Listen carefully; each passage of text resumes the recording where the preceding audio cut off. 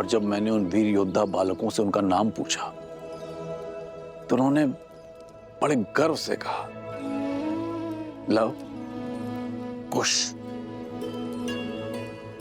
Love कुश? हाँ सुने, रूप में लव कुश,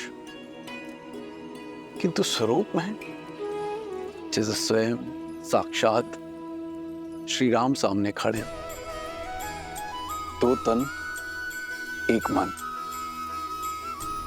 घास के तिनके से एक भाग कठोर और तीखा तो दूसरा भाग सरल और कोमल।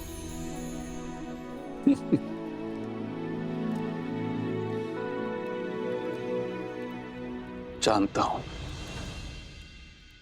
इस कथा को सुनकर तुम अत्यंत व्याकुल हो रही है, किंतु बताना भी आवश्यक है, क्योंकि उन वीर बालकों को देखकर मुझे अयोध्या के राजकुमारों का स्मरण आया। और मुख, क्या उनके मुख पर आपको सीता के मुख की आभा नहीं दिखी? और उसके माथे की रेखाएं भी नहीं दिखी आपको? मैं उनकी माता से मिला, किंतु सीता नहीं थी। और छवि, क्या आपको उनमें सीता की छवि भी नहीं दिखाई दी? 40 वर्षों से मैंने अपनी पुत्री सीता का मुख भी नहीं देखा। अब तो उसकी स्मृति भी विस्मृत होने लगी है। आप विश्राम कीजिए, आप अस्वस्थ क्या कर रही हैं आप? आप ले चलिए मुझे, मैं क्षण भर में अपनी सीता को पहचान लूंगी। आप ले चलिए मुझे, ले चलिए। तो क्या सीता का पिता इतना अभागा है कि उसकी पुत्री सीता सामने होती है और वो पहचान भी नहीं पाता? मैं वन देवी से मिला हूं। आप कहीं नहीं जाएंगे, आप विश्राम कीजिए, आप अस्वस्थ हैं। अस्वस्थ हूँ? जब से मेरी पुत्री चली गई है, मैं क्षण भर में उसे पहचान लेती। आप उन ऋषि कुमारों को खोजने के लिए 8 दिशाओं में अपने सैनिकों को भेज dीजिए। मैं उन्हें देखते ही उनके अस्तित्व का पता कर लूंगी। आप कुछ कीजिए ना।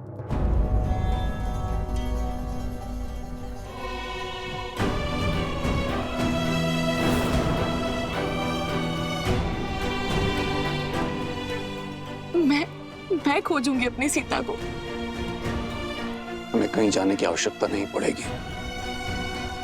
मैं उन दोनों धनुर्धरों को यहाँ मिथिला लाने का प्रबंध करता हूँ।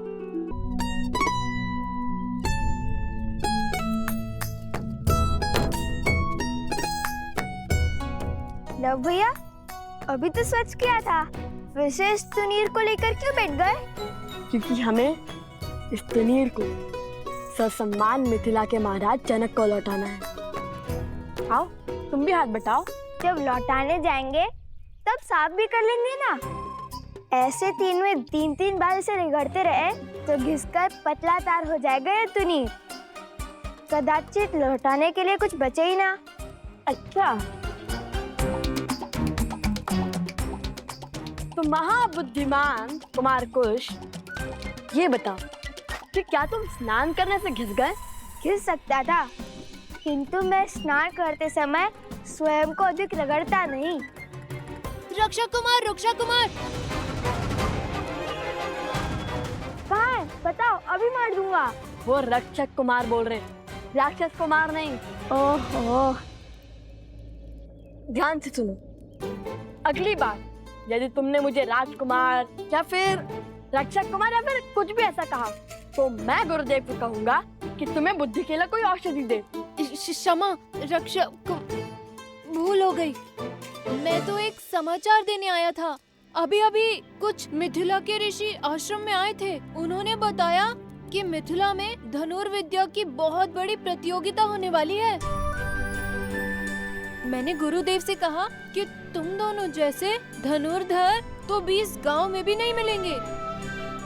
फिर गुरुदेव ने बताया कि तुम दोनों अवश्य उस प्रतियोगिता में भाग लेने जाओगे।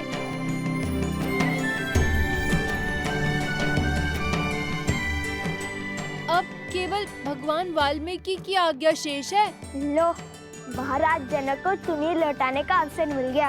हम मिथिला जाएंगे भैया। अवश्य जाएंगे। तो रुक क्यों गए? चुन्नी स्वच्छ करते हैं, अन्यथा मिथिला नरेश कहेंगे कि भेंट को सम्मान से नहीं रख पाए हम। हाँ अवश्य।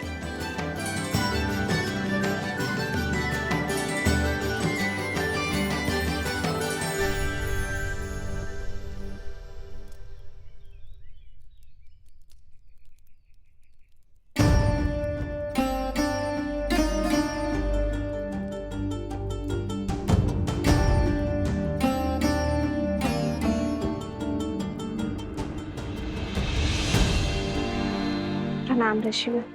कल्याण हो। शब्दों में नमन, किंतु मुख मुद्रा में मनन। वन देवी, सबसे पहले तो मेरा धन्यवाद स्वीकार कीजिए। आपके पुत्रों ने मेरे भाई सोमकर्ण को बचाकर हम पर बड़ा उपकार किया है। अपने मित्र की सहायता करना उनका कर्तव्य था, और फिर लवकुश अपने गुरु भाई को अकेले संकट में कैसे छोड़ सकते थे। अवत्सरा, तुम ऋग्वेद के ज्ञाता हो। शिष्यों को मंदिर में ले जाकर पाठ आरंभ करो, मैं आता हूँ। जो आज्ञा ऋषिवर। चलो। बताइए वन देवी, क्या समस्या है? ऋषिवर, भगवान वाल्मीकि ने मेरे पुत्र को मिथिला जाने का आदेश दिया है। जानता हूँ। तो ऋषिवर, आप ये नहीं जानते कि मेरी माता उन्हें देखते ही पहचान लेगी। जितना मैं उनको जानती हूँ, उससे अधिक वो मुझे पहचानती है। वो मेरे पुत्रों में मेरी छवि अवश्य देख लेंगी। भेद खुलने का भय स्वाभाविक है वन देवी, किंतु आपको जो उचित लगे आप वो कीजिए। शेष सब नीति का निर्णय। जब बीज के अंकुरित होने का समय आता है तो उसे भूमि से बाहर आने से कोई रोक नहीं सकता। ठीक उसी बीज की भांति होते हैं वो गुण जो लवकुश के रक्त में है। शौर्य, विद्या, कुलीनता और धर्म, जो न मिटाने से मिटते हैं और न छुपाने से छुपते हैं। लवकुश को मिथिला जाने दें।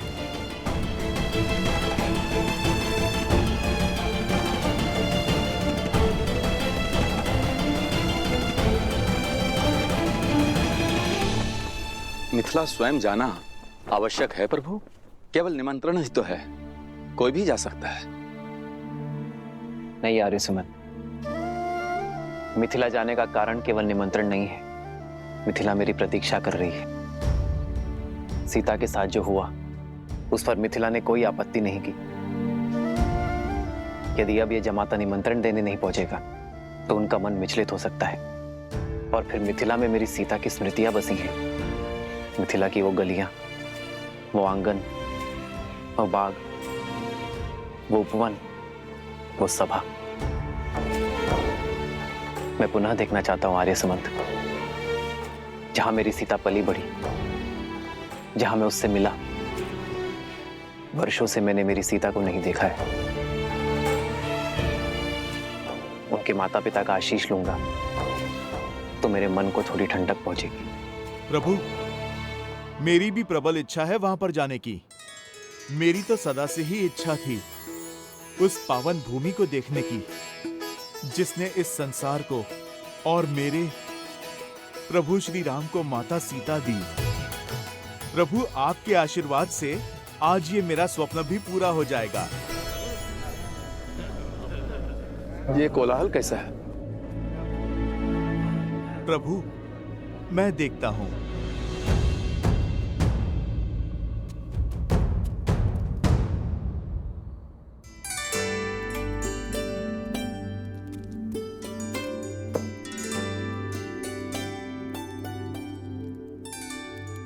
मार्ग इतना भी लंबा नहीं है कुछ। मार्ग तो फल्गु तक का भी इतना लंबा नहीं था, किंतु लंबा हो गया था ना। कहीं सोमकर्ण पुनः लुप्त हो गया तो?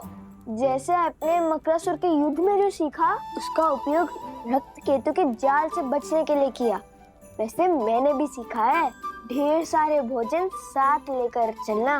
हे कुमार कुश, इस बार कहीं नहीं जाएगा सोमकरण, क्योंकि इस बार हमारे मार्ग में हमारे साथ उसके भाई और हमारे उपगुरु अवस्था भी साथ जा रहे हैं।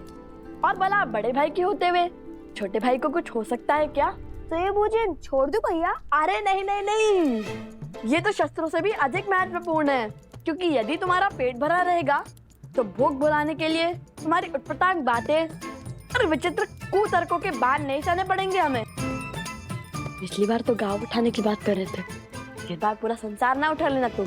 भैया मुझे तो अब भी विश्वास नहीं हो रहा है कि हम देवी सीता की नगरी जा रहे हैं।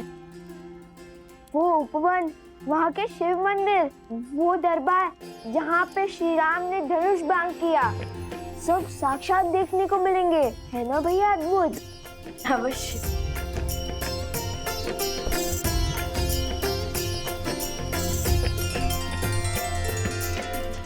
जो आपका कार्य है आप वो कीजिए और नीति को अपना कार्य करने दें।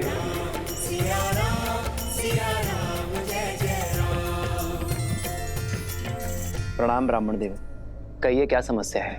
प्रभु ये लोग। महाराज की जय हो। मैं मत्स्य राज्य से आया हूँ आपके लिए मत्स्य राज की राजकुमारी का विवाह का प्रस्ताव लेकर।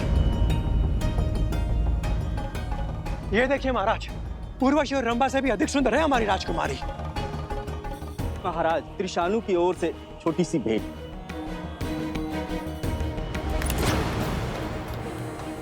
हमारे महाराज तो धन के साथ आपको अपने राज्य का चौथा भाग भी देने के लिए सज्ज है श्री राम।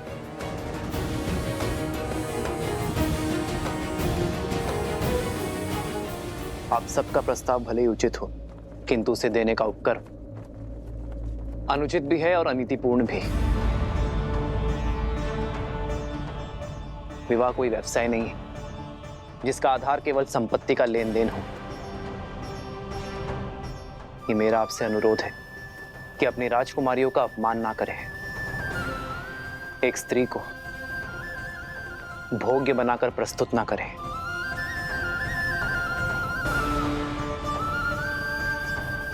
अपना वर चुनने का अधिकार केवल स्त्री का होता है। अपनी राजकुमारियों का स्वयंवर आयोजित कीजिए। यदि मेरे विवाह की इच्छा होगी तो मैं स्वयंवर में भाग लेने अवश्य आऊंगा। धन्य है आप श्री राम, आपके शब्दों ने हमें हमारी भूल का आभास करवाया। आपके आदेश का पालन अवश्य होगा। धन्यवाद। आप सब बड़ी दूर से आए हैं, कुछ दिनों के लिए अयोध्या में विश्राम आदि करके ही लौटिएगा। आज्ञा दे।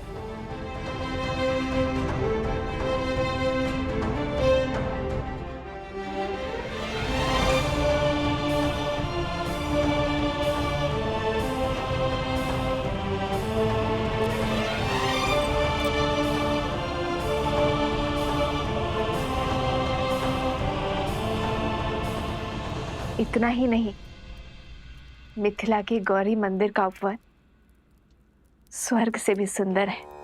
रंग बिरंगे पुष्प, सरोवर मंत्र मुग्ध कर देंगे तुम्हें। माता, ऐसा लगता है जैसे आप मिथिला और महारानी सीता के दर्शन कर चुकी हैं।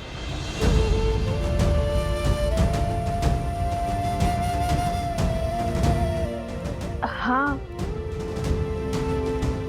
हाँ, बालपन में गई थी मिथिला, कुमारी सीता को भी देखा था। जानते हो, ज्ञान की नगरी कहलाती है मिथिला। जब हम तुनी लौटाने महाराज जनक से मिलेंगे तब हम उन्हें बताएंगे कि हमारी माता महारानी सीता की सखी थे। महारानी सीता की नगरी देखने के लिए रहा नहीं जा रहा मुझसे तो। एक बात स्मरण रहे, तुम दोनों वहां स्पर्धा में भाग लेने के लिए जा रहे हो, तो बाकी प्रतियोगियों से भिन्न नहीं रहना, क्योंकि यदि उन्हें ज्ञात हुआ कि तुम दोनों मिथिला नरेश को जानते हो तो बातें बनेंगी। तुम दोनों जीत तो जाओगे, किंतु अन्य स्पर्धक मिथिला नरेश पर पक्षपात का लांछन लगाएंगे। तो उचित यही होगा इस स्पर्धा के अंत होने तक तुम दोनों उनकी दृष्टि से ओझल रहना। जी माता। किंतु अंत में तो हमें तो उनसे मिलना ही होगा ना। हम उन्हें कहेंगे कि प्रभु श्री राम और महारानी सीता के नाम पे पत्र लिख दे, जिससे अयोध्या पहुंचाने का कार्य हम करेंगे। और इसी बहाने प्रभु श्री राम और महारानी सीता दोनों के दर्शन पालेंगे। अवश्य। किंतु महारानी सीता को माता सीता कहोगे तो उन्हें अधिक सुख मिलेगा। माता सीता? माता सीता?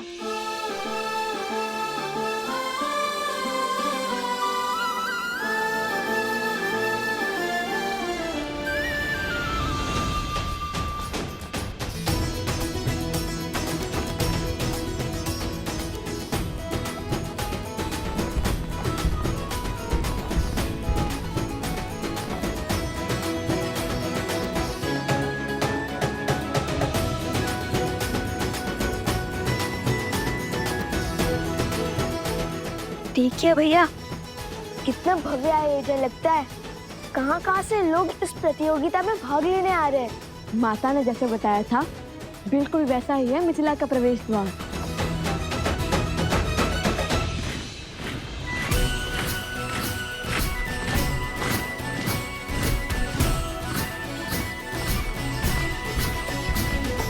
अयोध्या का ध्वज?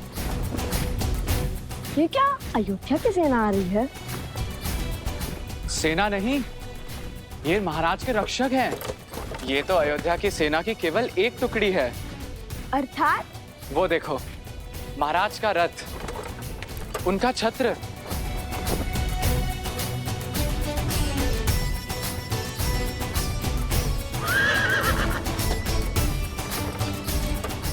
अद्भुत! ये तो श्री राम का रथ है। लगता है श्री राम के दर्शन यहीं हो जाएंगे। आनंद आ जाएगा। हम उन्हें बताएंगे कि हम उनके सबसे बड़े भक्त।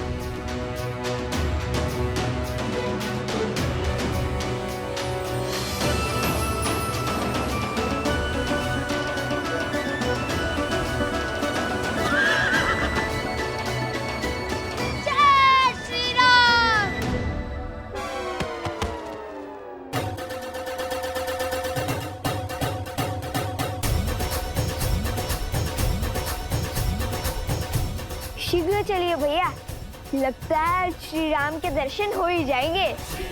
अवश्य।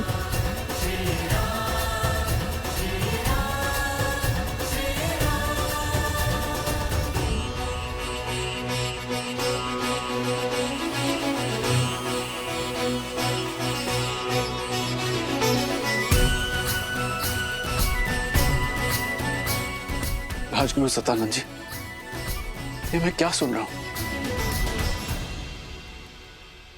क्या ये सत्य है कि श्री राम जी स्वयं मिथिला पधार है?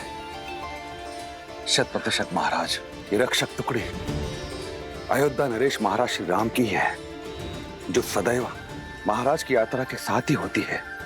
और मुझे ऐसा प्रतीत हो रहा है कि ये आपको अश्वमेध यज्ञ हेतु आमंत्रित करने आ रहे हैं।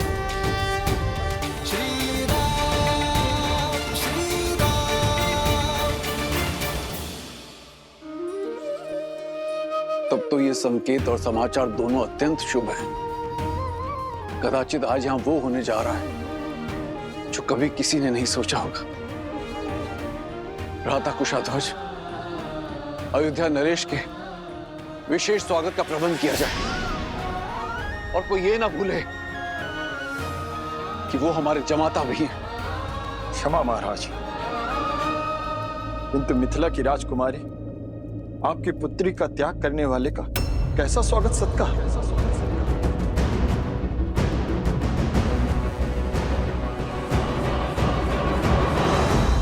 क्षमा महाराज, किंतु सत्य ही तो कह रहे हैं मेरे पति, और मुझे पूर्ण विश्वास है कि महारानी सुनैना वो भी राम के आगमन से खुश नहीं होंगी। जिस व्यक्ति ने हमारी पुत्री का त्याग कर दिया अपनी प्रजा के मनोहार के लिए, ऐसे व्यक्ति को जमाता का सत्कार क्यों मिलना चाहिए महाराज?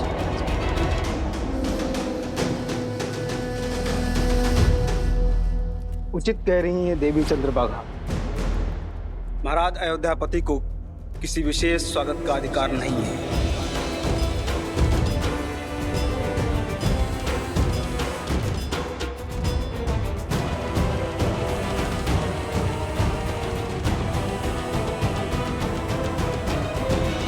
सीता ने मुझे एक पत्र लिखा था जिसमें उसने स्पष्ट रूप से अयोध्यापति को निर्दोष कहा था, क्योंकि तब वो अयोध्या में थी।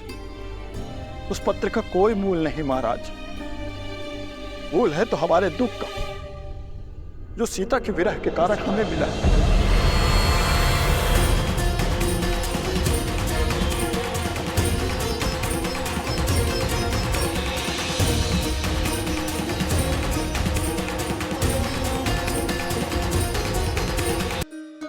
अयोध्या नरेश के विशेष स्वागत का प्रबंध किया जाए। क्षमा महाराज, आपकी पुत्री का त्याग करने वाले का कैसा स्वागत सत्कार, कैसा स्वागत सत्कार। सीता ने मुझे एक पत्र लिखा था जिसमें उसने स्पष्ट रूप से अयोध्यापति को निर्दोष कहा था, क्योंकि तब वो अयोध्या में थी। उस पत्र का कोई मूल नहीं महाराज। मूल है तो हमारे दुख का, जो सीता के विरह के कारण हमें मिला।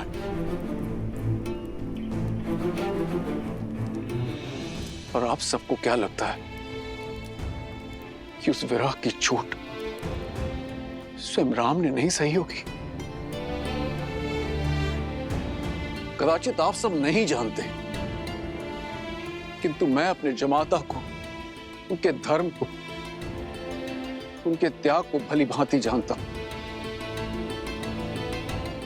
राजा महाराजाओं की अनेक पत्नियां रखने की प्रथा है कौशलराज में, किंतु इतने वर्ष बीत जाने के पश्चात भी क्यों उन्होंने दूसरा विवाह नहीं किया? क्यों अयोध्या की महारानी का सिंहासन अभी तक रिक्त है? कभी आपने सोचा? क्योंकि राम कोई साधारण व्यक्ति नहीं है। आज नहीं तो कल उनके इस निर्णय का कारण भी हम सब जान जाएंगे, किंतु इस समय सर्वप्रथम हमें उनके स्वागत की तैयारियां करनी चाहिए।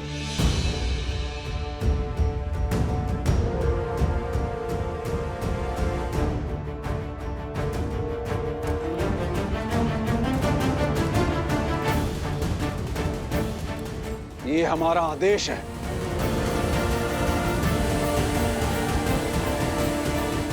जो आज्ञा।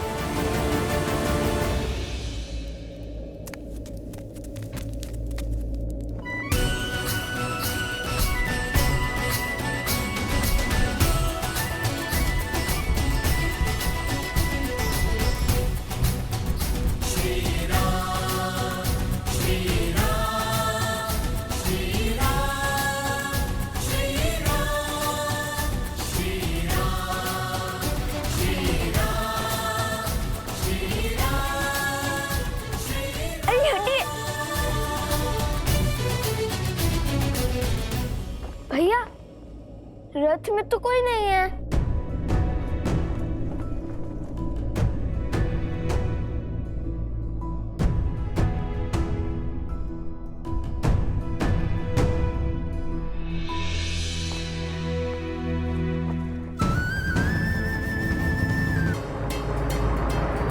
मिथिला नरेश की जय हो।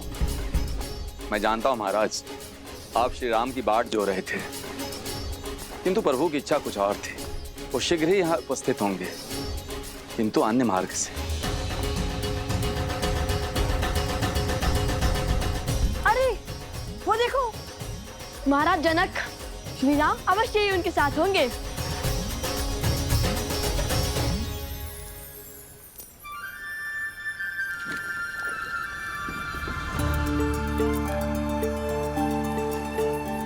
लगता है इस मार्ग से बीती कोई स्मृति जुड़ी है। हाँ हनुमान, ये वही मार्ग है जहां से गुरु विश्वामित्र हमें अयोध्या से मिथिला लेकर आए थे।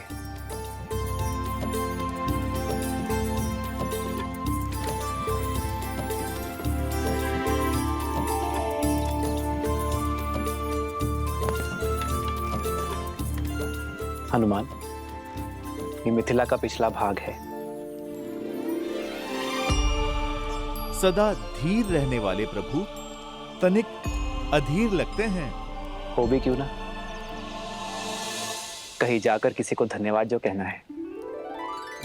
यदि प्रवेश द्वार से आते तो नियम और स्वागत के बंधन विलंब कर देते हैं। मैं मिथिला में सर्वप्रथम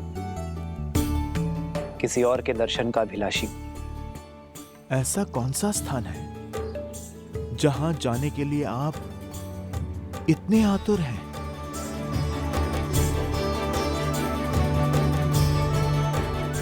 आओ हनुमान।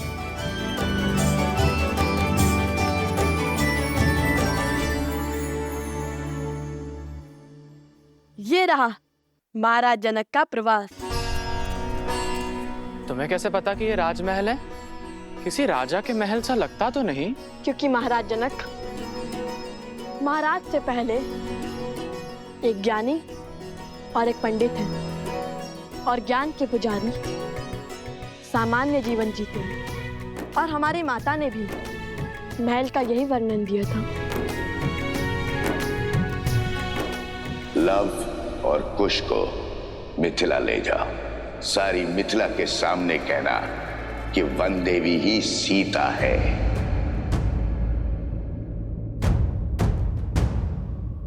भैया, हम भीतर नहीं जा सकते। माता ने कहा था स्पर्धा से पहले महाराज से नहीं मिलना। अरे हाँ, स्पर्धा के बाद विजेता की भांति भेंट करेंगे हम महाराज जनक से।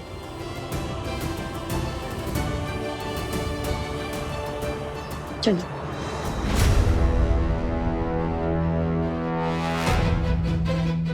कौन हो तुम और हमें देखकर मुड़े क्यों? और ये महाराजा जनक का तुनीर तुम्हारे पास क्या कर रहा है? महाराज जनक ने हमें स्वयं दिया था जब हम राक्षसों से युद्ध कर रहे थे, और इसे ही तो लौटाने हम मिथिला आए हैं। मूर्ख समझते हो? अवश्य ही ये तुनीर तुमने चुराया है। चलो महाराज के पास ले चलते हैं इन्हें। सावधान, वेशभूषा से कभी भी किसी का आकलन नहीं करते हैं। रावण ने भी श्री राम को एक वनवासी समझ के यही भूल की थी।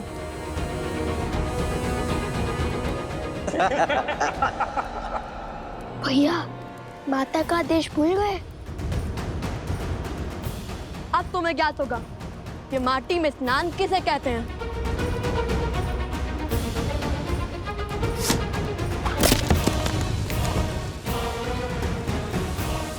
भागो भैया।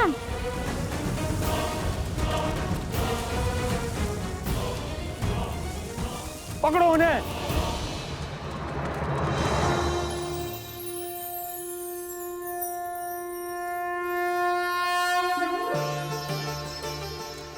माता,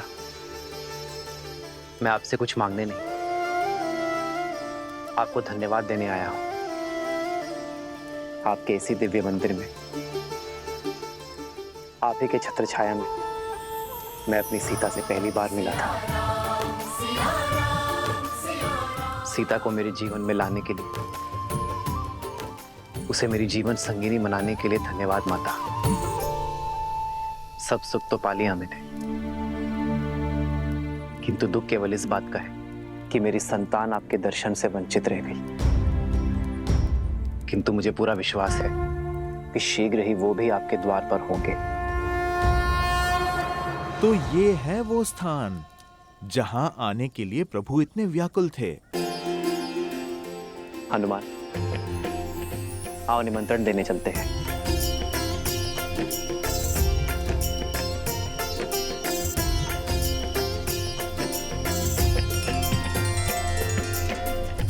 भैया,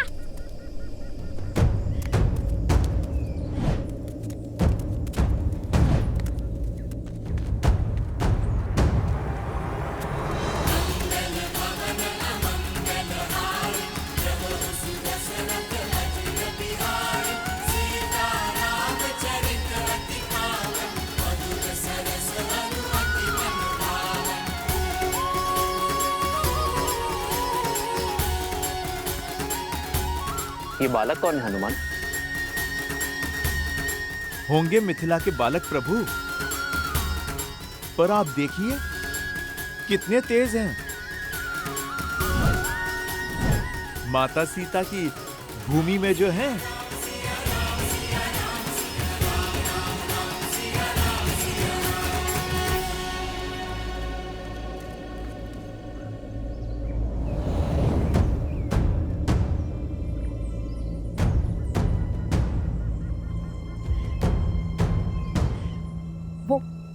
वो छिद्र बहुत ही छोटा है, हम उसके भीतर जाते हैं। वहां सैनिक प्रवेश नहीं कर सकते। चलो। कुछ जल्दी आओ। आजा। उनमें से एक वो रहा तुनी चोर, पकड़ो उसे।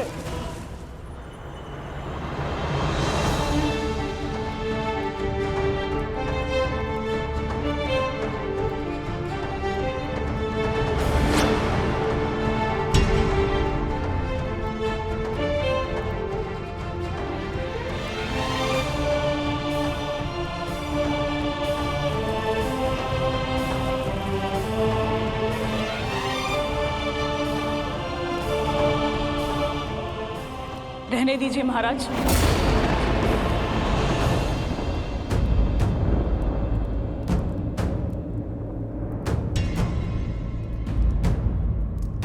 लज्जित ना कीजिए।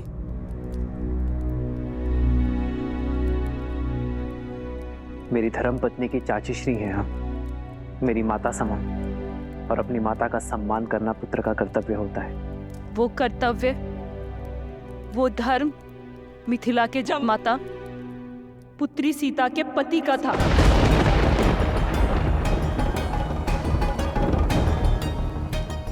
परंतु आज यहाँ अयोध्यापति खड़े हैं। वो अयोध्यापति जिन्होंने धर्म की स्थापना के लिए मेरी पुत्री सीता का त्याग कर दिया। बस चंद्रभागा, बस कर।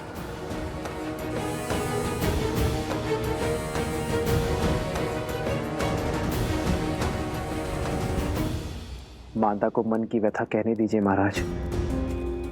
हृदय की पीड़ा को ना बताया तो वो घाव बन जाती है। कितने महान है ना आप, फिर से यहाँ महानता जताने का अवसर खोया नहीं आपने। हर दिशा में आपका गुणगान गूंजता है। हर कोई राम जैसा पुत्र और जमाता चाहता है, किंतु मेरा मन कहता है कि मिथिला की हर एक दीवार पर लिखवा दिया जाए कि अयोध्या में कोई अपनी पुत्री न बिहारे।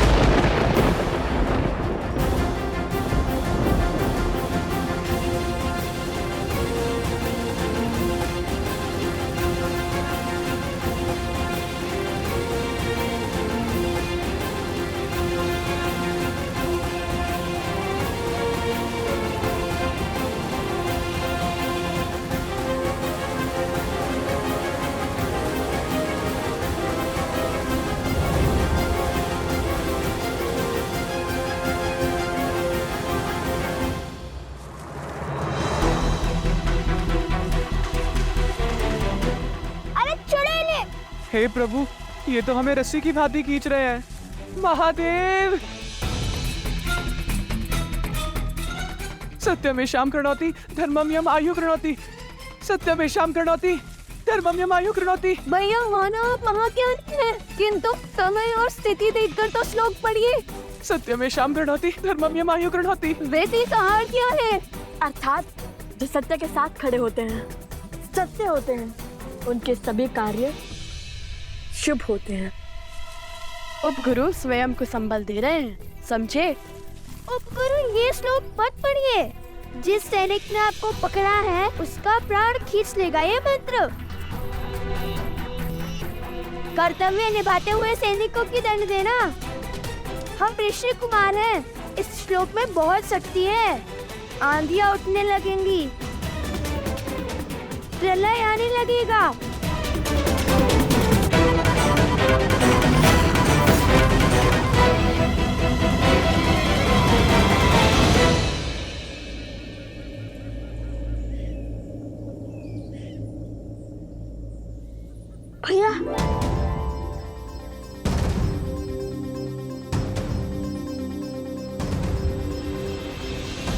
क्या माता सुनैना भी इसीलिए नहीं आई स्वागत करने? वो भी मुझसे क्रोधित होंगी ना? वो अस्वस्थ हैं, चल फिर भी नहीं सकती। हाँ, हूं मैं आपसे क्रोधित श्री राम।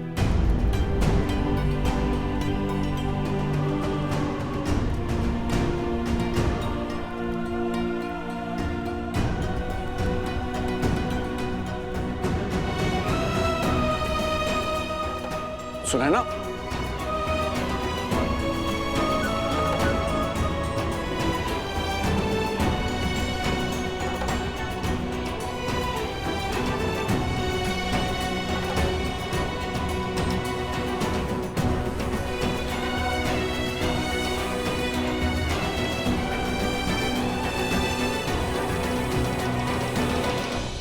कन्या के विवाह के पश्चात केवल कन्या ही वर के घर की नहीं हो जाती, जमाता भी कन्या के माता पिता के पुत्र बन जाते हैं।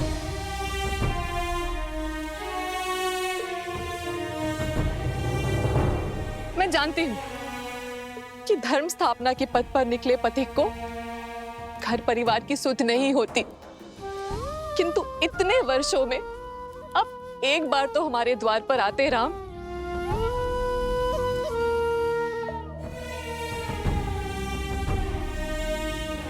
कैसे आता माँ?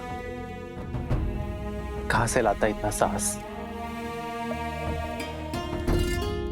अपना मुख दिखाने की शक्ति कहां से लाता मैं माँ? किंतु आपकी स्थिति का तनिक भी भान होता ना मुझे, तो मैं शीघ्र अतिशीघ्र यहां आ जाता। और कोई बहाना है आपके पास?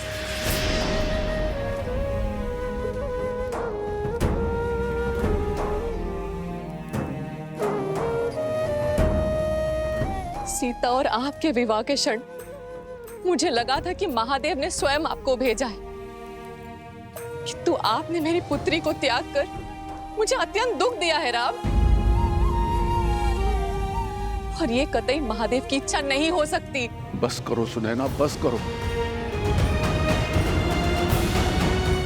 आपके पास अब भी कोई उत्तर नहीं है ना?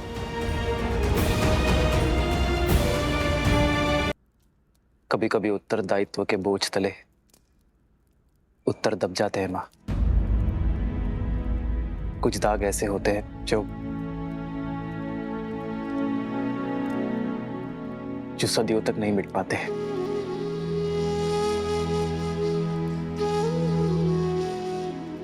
मैं यहां कुछ बोलने नहीं, केवल सुनने आया हूं माँ।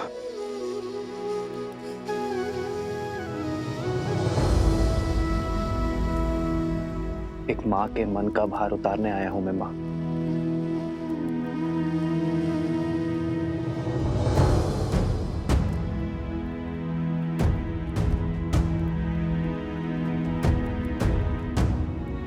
ग्लानि और पीड़ा आपके नेत्रों में है राम। अपने सर पर और कितना बोझ लेंगे आप?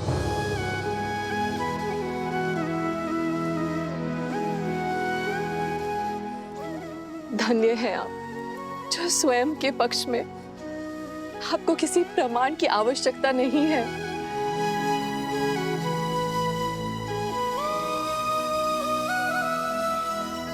जिन्होंने शबरी के झूठे बेर खाकर संसार को भक्ति और आदर का उदाहरण दिया, अहिल्या को उद्धार किया,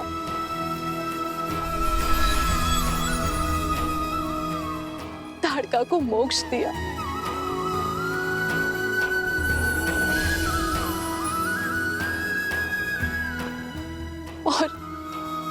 और मेरी पुत्री के लिए समस्त राक्षस जाति का संहार किया।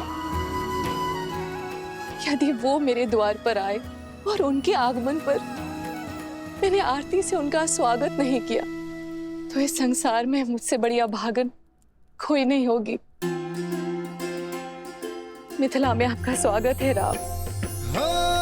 मंगल भवन मंगल हारी, प्रभु सुदशरथ अजर बिहारी। सीताराम चरित अति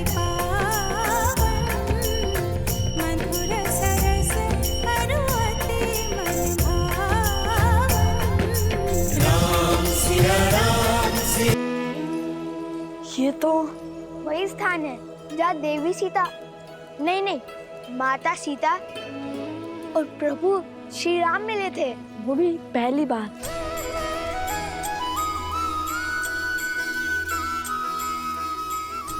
हे माता गौरी, हमें एक बार, केवल एक बार माता सीता और प्रभु श्री राम के दर्शन करवा दीजिए। ये हमारी विनती है।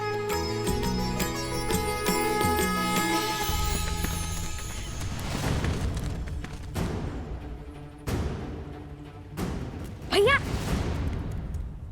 वो विनती करना भूल गया था। वो माता कहती है ना, नम्र शब्द के साथ स्वच्छ मन से जो मांगो मिलता है। तुम ना चलो अब